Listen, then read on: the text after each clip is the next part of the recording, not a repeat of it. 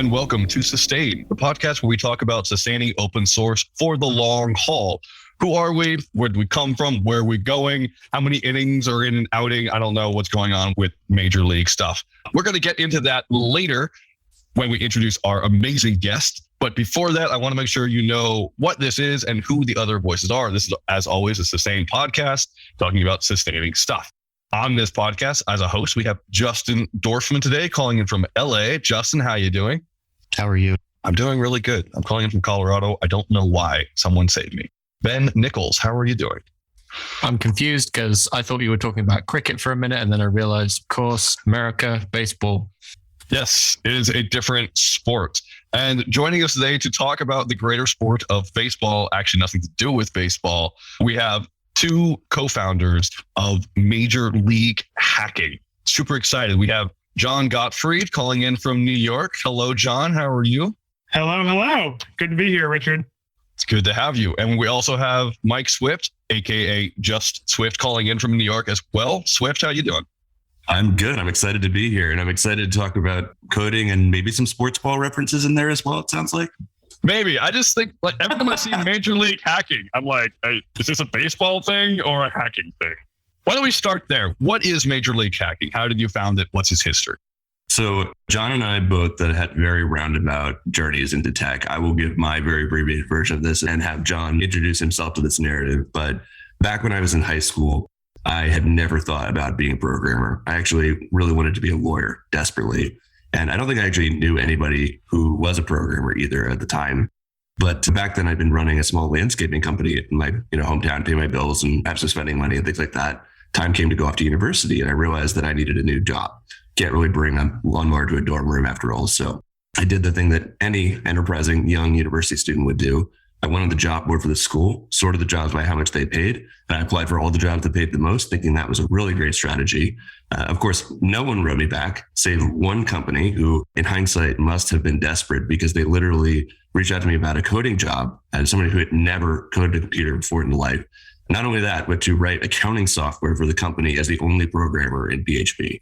And so I went in and I told them that I didn't know how to code, but I was a hard worker and willing to learn. And they handed me a Stamps Teach Yourself PHP in 21 Days book and said I had a job. And I started coming in every day, learning how to code on my own. But I never really told anybody about that. For about 2 years, kept it entirely to myself. Like I said, I really wanted to be a lawyer at the time. And through a fluke, a friend of mine found out that I programmed. And he came running to my room one day and he said, hey, I'm going to this thing called a hackathon. You've got to come with me. And I'd never heard of a hackathon before. I had no idea what it was. Sounded like something that elite programmers do. Getting together to write software for fun. I couldn't believe it. I felt like I was going to be a complete imposter. But he convinced me to go. And I walked into this room where there was 100 other students who had given up their weekend of doing all the things university students do to come back to campus, come up with these crazy ideas for inventions and bring them to life. And I remember going home the next day and literally looking at myself in the mirror and saying, that was the greatest experience I ever had. And I forget being about a lawyer. I need to be a programmer. And so the next day I switched my major to computer science. And I really quickly figured out that the things you learn in a computer science classroom are not actually the things you need to be employable as a software engineer at all. It's a lot of great theory, a lot of things that help you once you have the job, but you don't really learn how to solve problems with code in class. That's the stuff I was learning on my own at hackathons. And that's what led me to Major League Hacking, because I quickly realized that I was not the only one going through that same experience gap. And really every single new programmer coming online, no matter where they are in the world, struggles with that same the set of skills they need to develop, the network they need to help them in that journey. And we started Major League Hacking to help all of them get started in tech and have the same opportunities that Jon and I had along the way as well. That is an amazing story. I love it. I love that just being given a book and being like, here you go. That's pretty similar, I think, in some ways to my story. So I'm just really grateful to hear that. And it's awesome that you like hackathons and decided to share that knowledge with other people. Jon, how did you get involved? So similar zigzaggy path. I was actually really into programming when I was a kid, and I spent a lot of time working on these games called MUDs. I don't know if I'm like aging myself or anything by talking about that, but the one I worked on as a kid is still around. It's very popular. It's Star Wars based. And I basically taught myself C by like copying and pasting people's code and trying to like build features in this game. And similar to Swift, didn't know anyone else who was a programmer except for strangers on IRC. And when I went off to college, I actually did start out majoring in computer science and realized really quickly that I hated it. And that all of the things that I enjoyed about building software were, as far as I could tell, completely unrelated to a lot of the theory I was learning in class. And so I pulled a full 180 and decided to become a high school history teacher. And I switched majors to history. Absolutely loved it. I really enjoyed all of the different aspects of it. And I got to a kind of a point in my college career where I realized that I was broke and couldn't do anything fun. And so I decided to put my programming skills to good use. But around the same time, and this is kind of like the weird serendipity of life, I got mono, like many college students do. And I felt terrible. And I took a semester off and I went back home to suburban New York in my parents' house. And once I felt better, I realized that like I was bored out of my mind and all of my friends were gone. And so I went on Craigslist and started applying for programming jobs, right? Which was kind of a process I had started a couple of months earlier. And I found a ed tech company a block from my parents' house in like a random town in upstate New York. I applied for the job on Craigslist, got an interview, went to work there. And a lot of the people who were working there had just started getting involved with like the early days of the New York City tech scene. And we would like take basically like a Greyhound bus into the city and go to meetups and stuff. And through that, I also got dragged along to my first hackathon.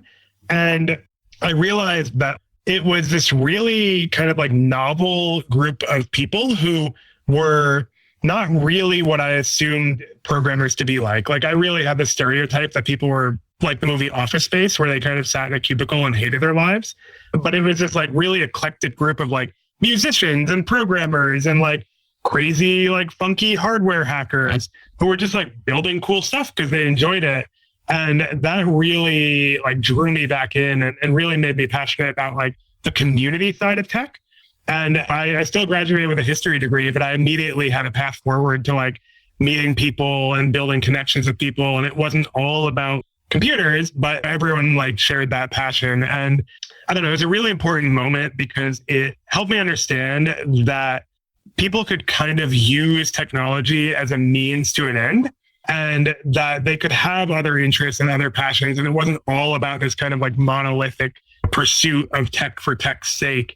And it was definitely a zigzaggy path to become a programmer and kind of get into the industry. But once I got there, I really, wanted to help other people find their own path as well, right? Which is what eventually led us to MLH. Also love that. I really liked that both of you when asked, like, what is Major League Hacking? Talk about your own stories and how you got into it with such depth, because it shows that you're really aware that early career people like often don't know what it looks like. And so that's at the tip of your tongue. It's right there because you want to be able to teach early career programmers what it's like to become someone in this industry. So MLH, Major League Hacking, is now a major thing. You have tons and tons of events. I think it says here 100,000 developers every year go to Major League Hacking events. That is awesome. That is really cool. Helping people learn how to program, helping people learn how to develop those soft skills that we don't talk about as much as we need to in the industry. I'm going to go a bit deeper into one part of that, which is neither of you have mentioned open source very much so far. Can you tell me why open source is imperative towards teaching those skills for new programmers? I actually feel like we can also back up and give you like the elevator pitch of what MLH is, right? Because our story, that'd be great. Our stories are the philosophy behind it, but not the tactical element. Major League Hacking at its core is the global community for early career developers. We help people learn through a variety of different extracurricular programs that help them bridge that gap from a lot of the theory they learn in class to actual practical applied skills in the real world. Those programs are hackathons, meetups, conferences, clubs on campus, as well as our sort of flagship educational program, which is the MLH Fellowship, which is a perfect segue to how this ties back into open source, because, and we'll talk a little bit more on what it is, but like a lot of developers start to hone their skills through open source. However, open source is a little scary to get involved with for the first time. There's a lot of context and a lot of depth of knowledge you have to really be a contributor.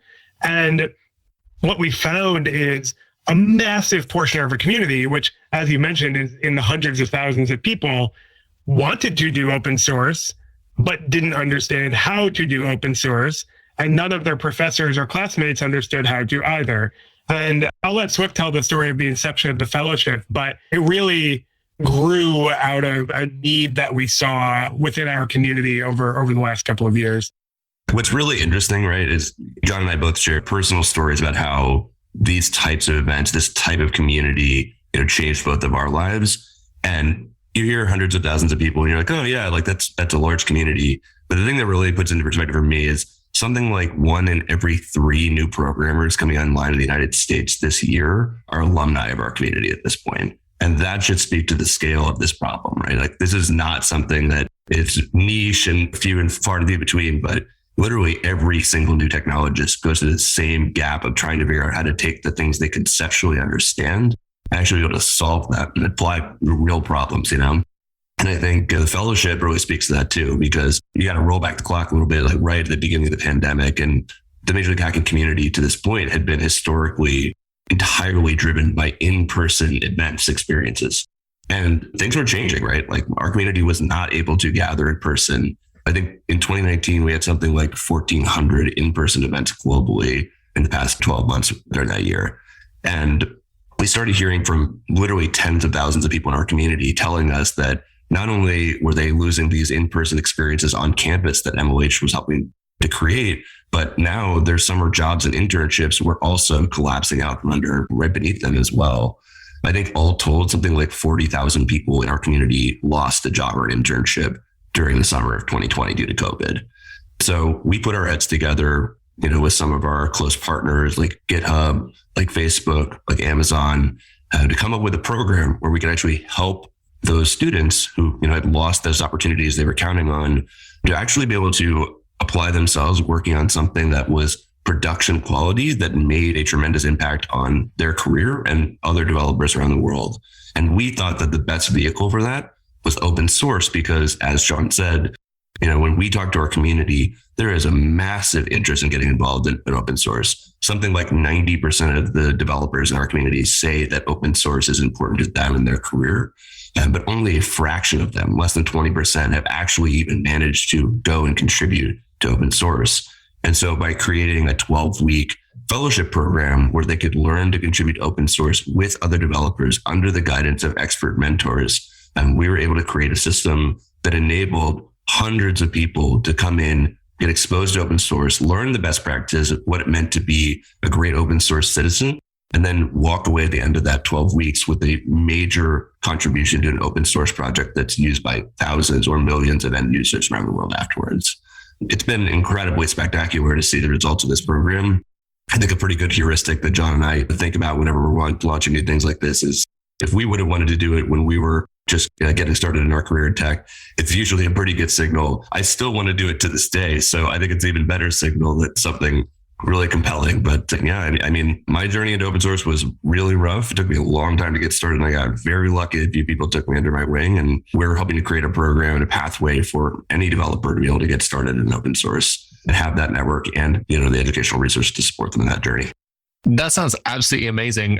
And I wonder, can you talk a bit about the selection process in terms of the projects that people are contributing to on the fellowship program? Because it feels like it's not only a bunch of experiences from the people participating in those programs that can benefit those particular projects, but also general guidance and how to set yourselves up to attract those kinds of new contributors and the kind of things that you can do to make that a smooth experience for people coming into a project that might really benefit people who are maybe looking for new contributors or maybe even to kind of grow some new maintainers to share their responsibilities with in the future.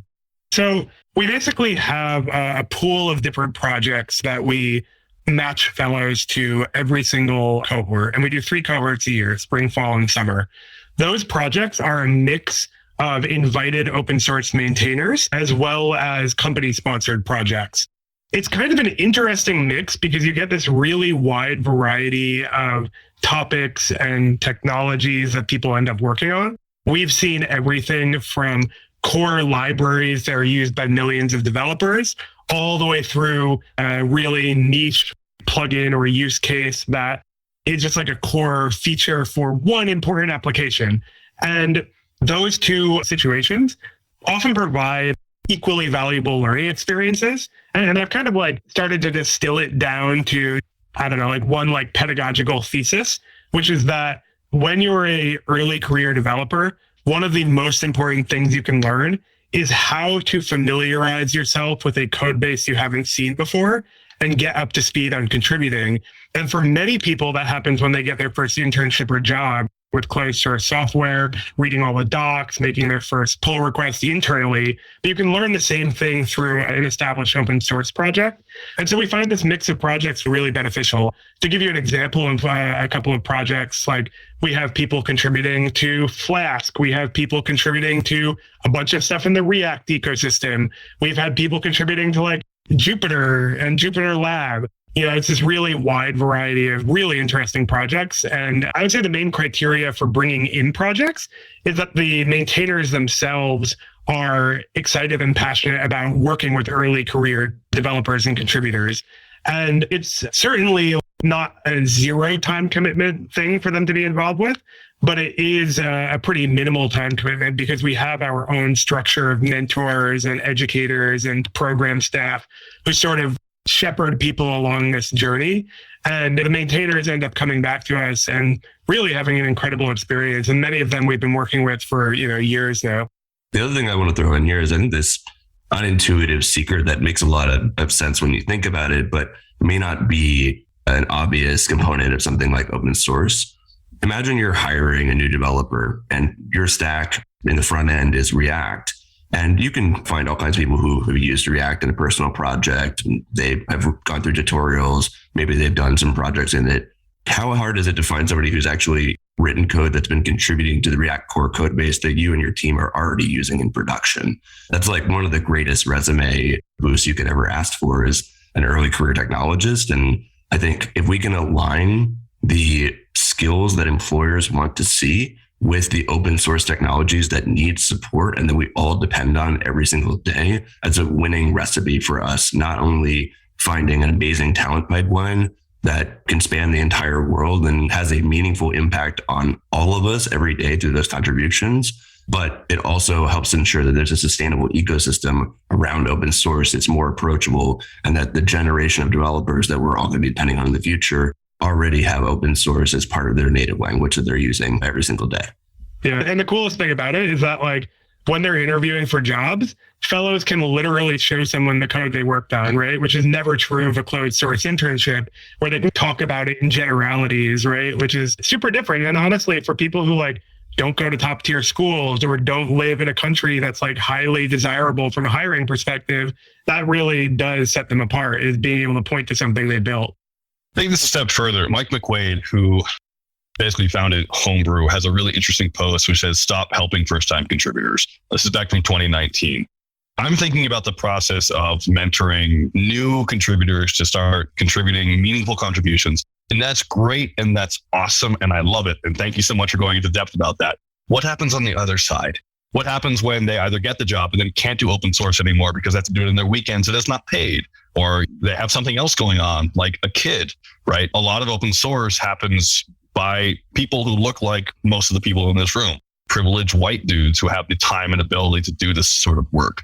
How are you helping these new beginners learn about the necessities and obligations of open source, and that it's not just about your passion project, but about keeping that fire burning in the long run? And how are you helping the maintainers not burn out by spending all this energy on first-time contributors who may or may not stick around after they've learned how to help?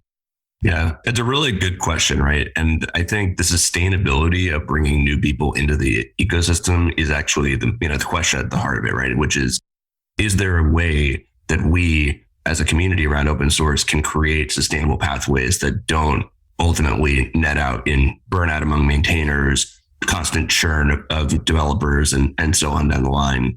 I think that our strategy in general has been a couple of things. First of all, everything that we do at Major League Hacking is revolving around community. Imagine you want to work on a personal project. You could, in your free time at home, come up with a side project idea, hack on something, publish on the internet. All your code can be open source. That can be an extremely solitary journey, right? Honestly, it can be really difficult to find the motivation to keep working on a side project when you're by yourself doing it. Hackathons create an ecosystem where you can have a positive experience going through building a side project in a community of other people who are also going through that same journey and can support you along that journey and help make sure that you actually are successful at the end of it. With open source and getting people into the ecosystem, it's one thing to help somebody make their first contribution and, provide the feedback on their pull requests or point them in the right direction. It's another thing to help them build a network of other developers who also enjoy contributing to open source and help motivate them to stay involved in that community too. So that's one thing, is start with community.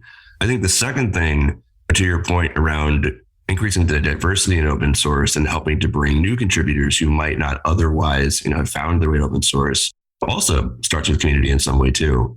And we've been incredibly privileged at Major League Hacking to have built an incredibly diverse community that's significantly more diverse than what you would find in a typical computer science classroom. Gender is one metric here, but in a typical computer science classroom, about 18% of enrolled students identify as non-male. In the Major League Hacking community, it's something between 40 and 45% identify as non-male. So more than double what you would find in a computer science classroom. And we see similar gains across race and ethnicity, socioeconomic background, type of educational institution, you name it, right? And that's because we have built this large global community that is driven by people bringing their friends out, helping to create pathways for them to not only follow in somebody's footsteps, but also feel like they can get started with things that are frankly often unapproachable unless you're in a supportive environment like the ones that we created at MLH. And then I think the last bit about it is helping to foster a culture of coming back and staying involved. And I think that's really important. A lot of the staff that we have in part of the fellowship and also in part of our hackathons are often alumni of our community who had life-changing experiences the same way that Jon and I did and are now coming back to mentor, to do code reviews, to give talks, whatever it might be. And when you're going through a program like this and the person who's there guiding you is somebody who literally went through it themselves 6 months ago and is now showing you an aspirational pathway that you can follow, it's a really powerful effect. And I do think that we can help build a culture around staying involved and keeping people focused on that. The last thing I do want to throw in there, and I think that's a really important distinction, Jon touched on it a little bit earlier, but I do think it's a key one, is a lot of programs that revolve around mentoring new developers in the open source ecosystem put all of the onus on the maintainer to do that relationship. And it can be extremely expensive, both from a time perspective as well as the context building opportunity cost of bringing a new contributor online. One of the major benefits of having program staff who not only develop expertise on the open source projects themselves, but also build curriculum and structure around this journey of going from zero to active contributor, it takes a lot of that pressure off the maintainers. And I think ultimately helps reduce burnout and ultimately helps ensure that they don't feel like they're turning their wheels in the mud and getting nowhere by onboarding new people, because we're able to make that lift so much lower than they would be able to do on their own or through other programs that push a lot of that onto the maintainers, frankly. Yeah, and I should actually want to add a really tactical element to what you were talking about, Richard. And this is something that comes up all the time is, will these people continue contributing to my project? And ironically, Mike was one of the first maintainers that we did work with on the fellowship. And I've read that post before, and it's not actually about not mentoring first-time contributors, right? Like, that's a good clickbaity title. It's really about not using that as your only strategy for building a good pipeline of newcomers, right? It's about processizing it and creating documentation and onboarding paths for people. And I think that what we've seen in reality in our program is that most of the people are not going to keep contributing to the same projects they worked on forever. That's kind of an unrealistic expectation.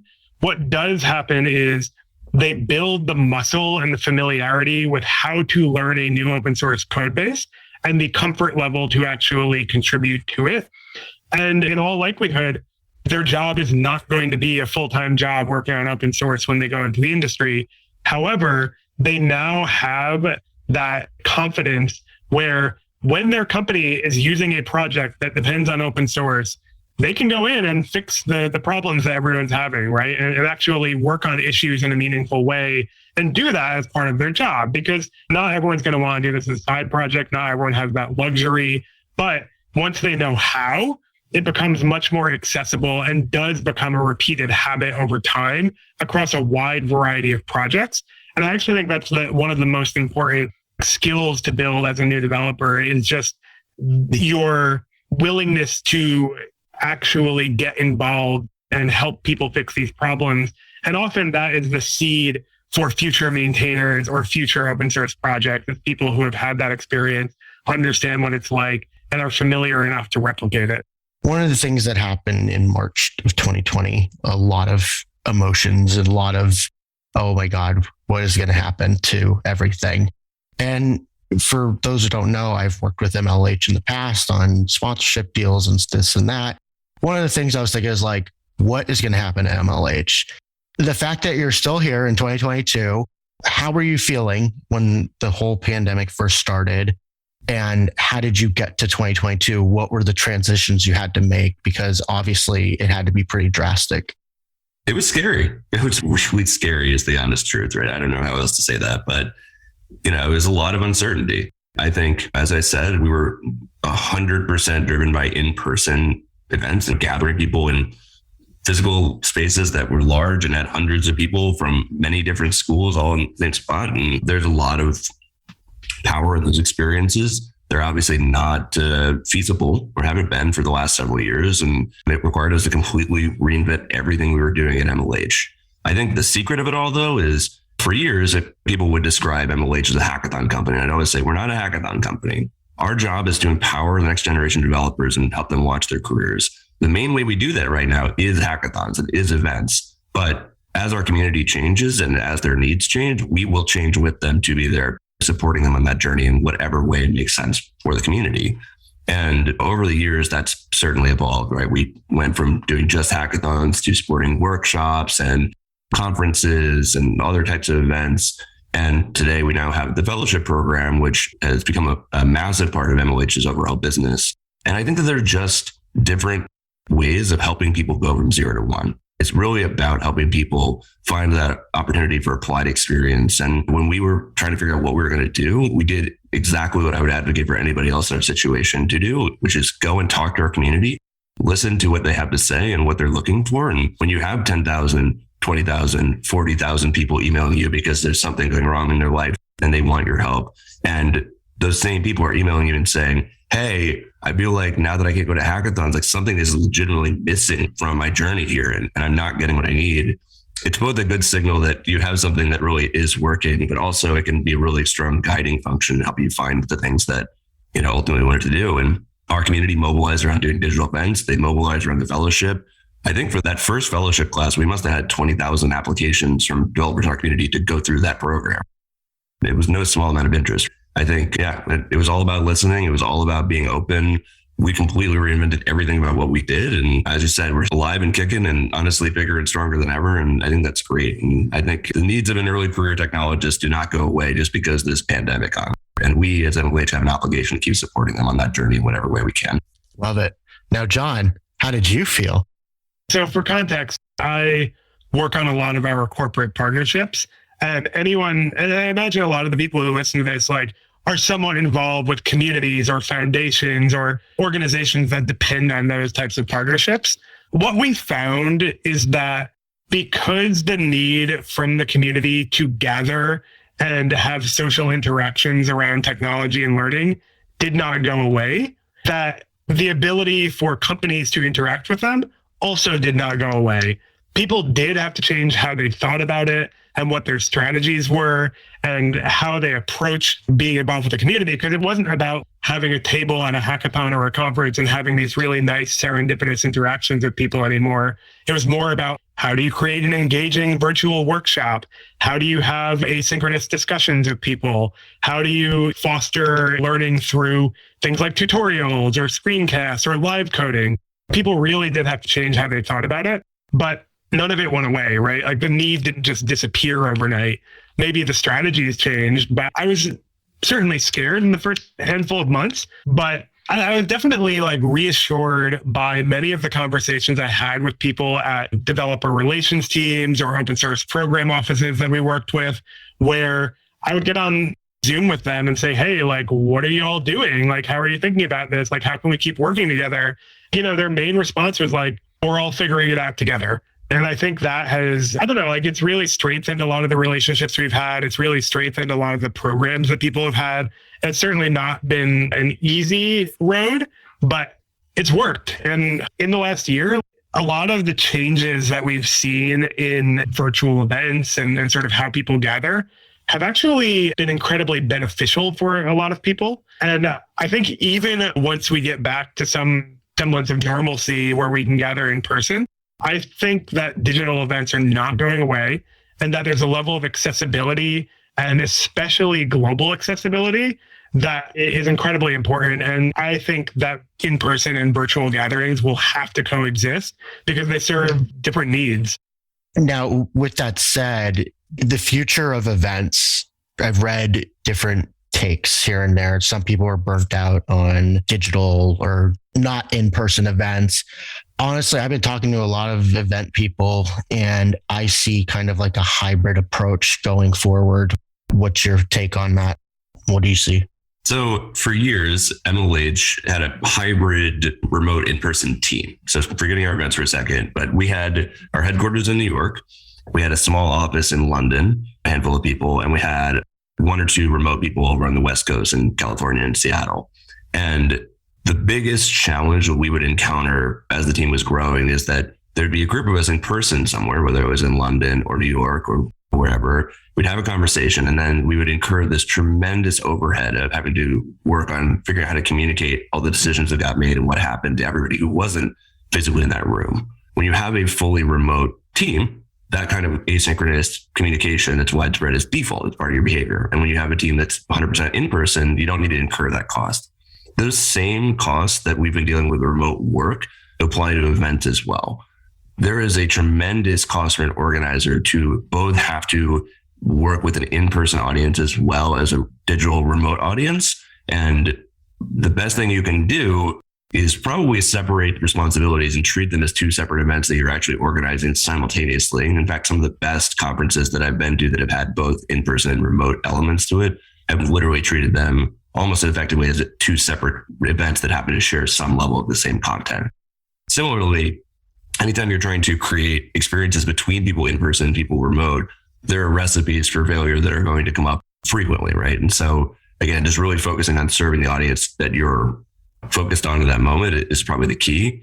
For us at MLH, we, at MLH will probably steer away from hybrid events in the long term. I think for now, while they're, and frankly, an undeniable part of the transition, right? It's going to have to be, there's going to be a period where it have to do both. I think long term, the best thing we can do is really figure out how to build best practice around those in-person events, build best practices around those virtual events, treat them as two separate but related opportunities, and really just try not to incur as much overhead and communication and dealing with multiple things going on at the same time. But I'm a believer that it's a transitional thing. And then eventually we're going to get to the point where we had to have both in-person and virtual events. And that will be the thing that's here to stay.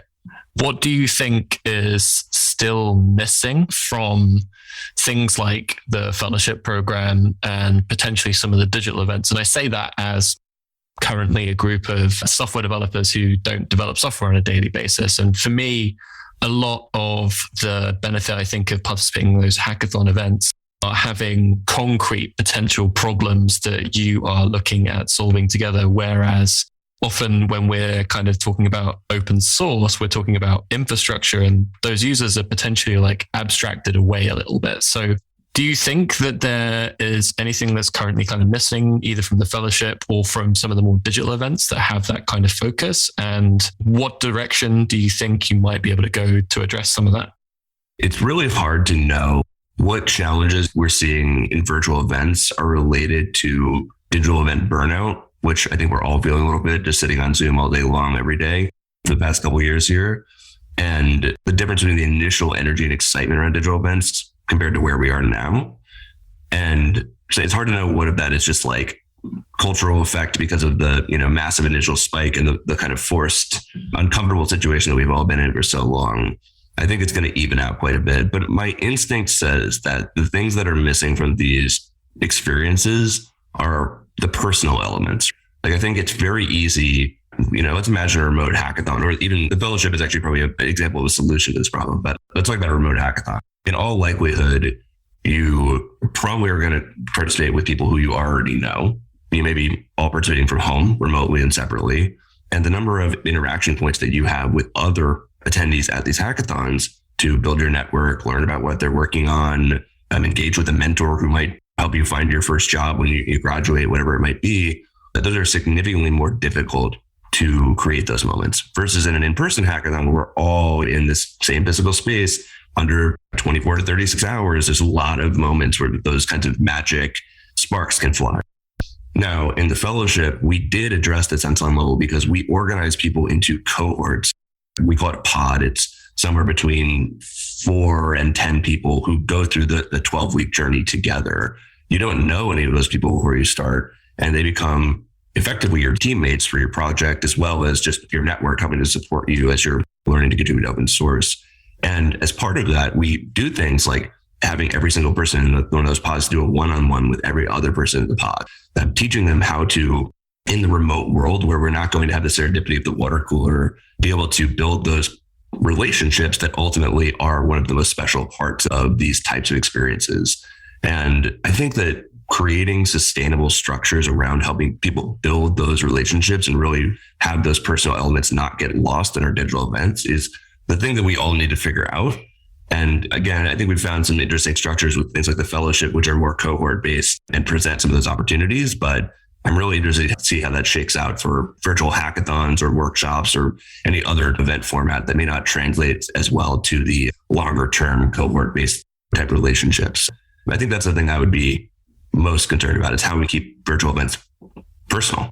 The big question I always ask about virtual events is, why wouldn't I participate asynchronously if I had the option? What is the actual draw to be there when the event is going on? And if there isn't one, then it probably doesn't need to exist as a standalone thing. We run an event series called Global Hack Week, which happens 6 times a year. And it's a week-long coding celebration. You have workshops, you have challenges, you have fun, events like the Drawful, where you get online and just play games with other people. And it is explicitly designed to be a live event because most of the interactions that you have and most of the content is ephemeral. It's something that you show up for, you participate in actively. And if you're not there, you're not going to get the same value out of it. And I think that's what most virtual conferences are missing, is some kind of ephemerality that is valuable. Because frankly, if there's not something live to participate in and be involved with, I'd much rather just watch that conference talk on my own when I'm sitting in bed, not during a work day. There needs to be some kind of live draw. You just talked about your major concerns, talked about the major questions. We are coming up on time. So to end on a high note, what are you most excited about in the next 6 months or a year? What's really just waking you up in the morning? I think the thing I'm most excited about is this idea that opportunity is becoming more well distributed on a global scale. And I know that sounds really buzzwordy to say, but I think that one of the things that we've seen in the transition to virtual events is that people are participating from a much wider variety of places. We have fellows from 30 countries, and basically every continent except Antarctica, because it's only researchers there. Now, that leads to a situation where you have people who are not in tier 1 tech markets. They're not in San Francisco or London or New York. They're in Lagos, which has its own tech ecosystem, but certainly you're not getting paid San Francisco salaries for the most part. And it leads to people there getting the exact same learning opportunity as someone who is going to Stanford. And that creates a situation where they can create their own path. And they're just as smart as everyone else. They just don't have access to the same kinds of jobs or opportunities. And so if you give them access to the learning opportunities and the network, which is a really underestimated in part of starting a tech career, then they'll be able to kind of level up and do things that may not have been accessible to them before. And I think that's one of the biggest benefits of remote work in general, but also of remote learning and especially remote networking through things like the fellowship, where you're working with people in a lot of different places, is that people start to build things and really gain access to opportunities they never would have otherwise encountered. I think previously the stars had to align for you to join our community in a lot of ways, right? You had to know about the event that was happening on campus. You'd have the means to get there. You needed to not have a job on the weekend so that you could actually be able to show up. You had to have the confidence to go there, potentially alone or with a bunch of strangers who you're just meeting for the first time. We had to believe that you'd be able to not only be successful in the event after spending 24 to 36 hours there, but also that you had the skills to solve whatever problem that you were going to set out to solve. And today, anybody in the world, no matter who you are, where you're located, what your background is, you can join our community literally any weekend of the year. We literally run a digital event every single week, full year round. And that's powerful. I think that's really powerful. And it does open up. It's democratizing access to these types of opportunities is the truth. I think for me, the thing that I'm really excited about right now is we're gearing up for our largest class of fellowship ever this summer. When we started this in summer of 2020, we didn't know what was going to happen. It was something that we were hearing from our community. We heard from our partners there's interest, and we were able to create this new program that as soon as we got to the end of it, we knew we had found something special. And every single batch that we've been running, I continue to have that same wow moment where I look at what we're doing and I look back on where we were just the previous batch and how quickly things are growing and changing. And this summer, we easily could have what effectively equates to one of the largest tech internship type experiences in the world going on, all focused on open source, which frankly is effectively unheard of in the world. And I think that ultimately is an opportunity for us to not only help empower a huge number of people who are going to look back on that experience and think about it as transformational in their career, but we're also helping to shift the mindset around how we think about open source on an early career technologist journey and how we make it a part of their default tool belt coming online. And I think that makes me really excited every time I stop and think about it. I really do think that today is the best day to be a new developer coming online is the truth. And every day from here, it just keeps getting better. Love it. Love it so much. Thank you. That is awesome. Listeners, that's about the time we have for today. You can find more about Jon. He has a Twitter, Jon Marco, and Swift. He has a Twitter, which is Swift Alpha 1, all spelled out. You can also go to MLH.io or fellowship.mlh.io to go check out these programs and check out where you can go sign up and go hack this weekend if you so choose, which is awesome. But don't leave yet. We have the other part of the show. This is where we get to Spotlight, where we talk about really cool things and people that have helped us along the way. Spotlights today. Ben, who is your spotlight? Thankfully, I've just had to invent a word for this. So I'm going to spotlight what I'm going to call from this point on a YAGTZD, which is yet another give to your software dependencies website. So I was going to give a shout out to thanks.dev, which is a project by, I think it's Ali Nezat. Sorry, Ali, if I pronounced that incorrectly. But yeah, another website that has launched recently that enables you to support your software dependencies, current support for JavaScript and Rust, soon looking to add Python, PHP, Golang, Objective-C, Ruby, Java, Scala, .NET, et al.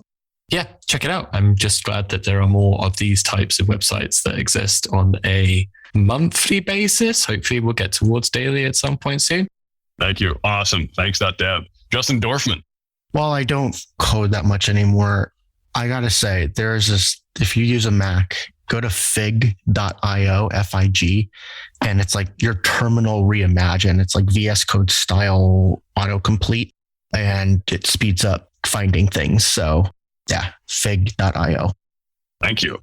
Mine is Yuri Goldstein. Yuri was my mentor. He got me into open source. He is the nicest developer I know in a sea of nice developers. I just love this guy so much. And he has gone on to mentor thousands of other people with this thing called The Guild, which he founded.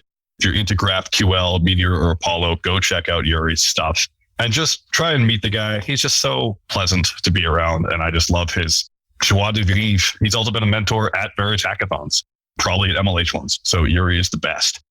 Swift. So I'm actually going to shout out a project from a company called Vercel called Next.js. So my background is when I got started my career as an engineer, I was in the Rails ecosystem. And one of the things I loved about Rails in particular is that often convention is the driving force behind how you get things done.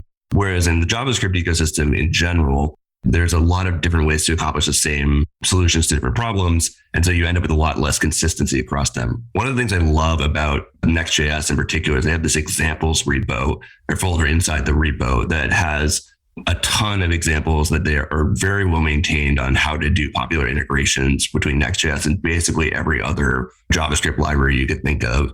I think this, when you're building a project that you're looking to get beginners into using, having not only tons of examples, but keeping super high quality ones that you treat with the same level of version control that you treat to your production level code for the library, I think is an incredibly powerful best practice. So I'd say for anybody learning Next or just wants a good inspiration for how to create a resource for your open source project that helps beginners get started, I might check out that examples folder in the Next.js repo.